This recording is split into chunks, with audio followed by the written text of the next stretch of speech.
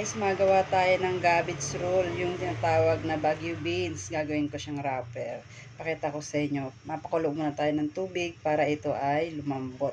Tapos hanguin natin para maibalot natin sa gagawin natin ng carne. Ayan. Pwede kayong gumamit ng 1/4 na giniling. Supposed to be nababawal ako ngayon ng baboy. Kaya nagamit na ako ng San Marino. Ayan. Pakita ko sa inyo mga ingredients na paggamit ko. Gagamit tayo ng carrots. Okay na yung carrots. Ngayon lalagyan na natin tong San Marino na dinrain natin. Ayan. Tapos, gumayat ako ng sibuyas. Ayan. Tapos gumayat ako ng bawang. At, syempre, hindi nawawala ang bell pepper natin.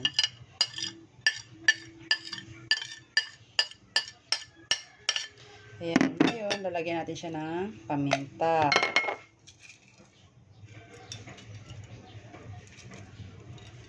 Tapos, asin.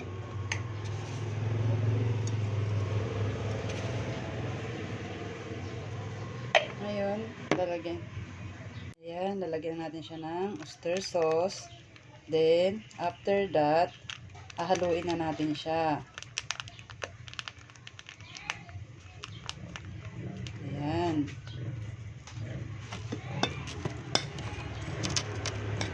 Hahaluin mo masyado siya para magsama-sama lahat ng ricado, carrots, San Marino, sibuyas, bawang, at yung oyster, tapos paminta, asin.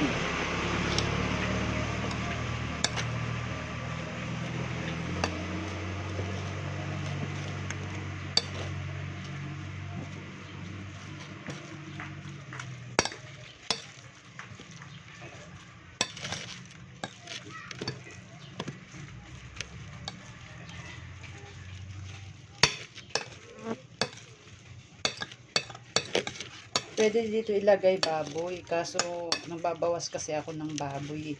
Kaya puro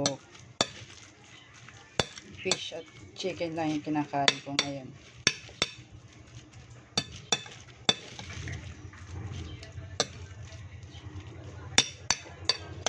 Ayan, natapos na natin siyang haluin lahat ng lahok sa ilalagay natin cabbage roll. Ngayon, tatabi muna natin siya ng 5 to 10 minutes para ma-absorb yung lasa. Yan, habang naghihintay tayo, ito ay gagawin na natin, lalagyan natin siya sa kumukulong tubig na para lumambot ang ating cabbage. Tara, nang makita nyo. Guys, nagpakulo na tayo. Lagyan natin ng kaunting asin.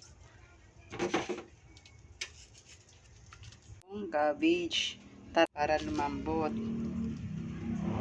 Lutuin mo lang siya ng 5 minutes. Yan, dahil okay na yung cabbage natin, aalisin na natin siya, lalagyan na natin siya dun sa malamig na tubig. Yan, pwede na natin siyang balutin yung cabbage roll.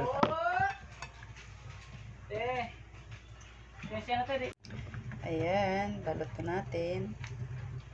Ayan, dahil natapos na natin yung cabbage roll, samahan niyo ako at i-steam na natin siya. Ayan. Nagpakulo tayo ng tubig. Tapos lagyan natin siya ng kaunting mantika para hindi dumikit ang cabbage roll. Tapos dyan mo siya ilalagay.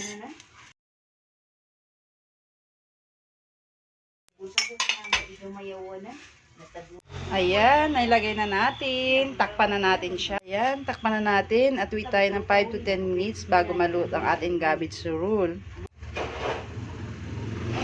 Guys, dahil natapos natin yung 5 to 10 minutes, hindi na natin tingnan ang cabbage roll. Ayan, luto na. Ayan, luto na po.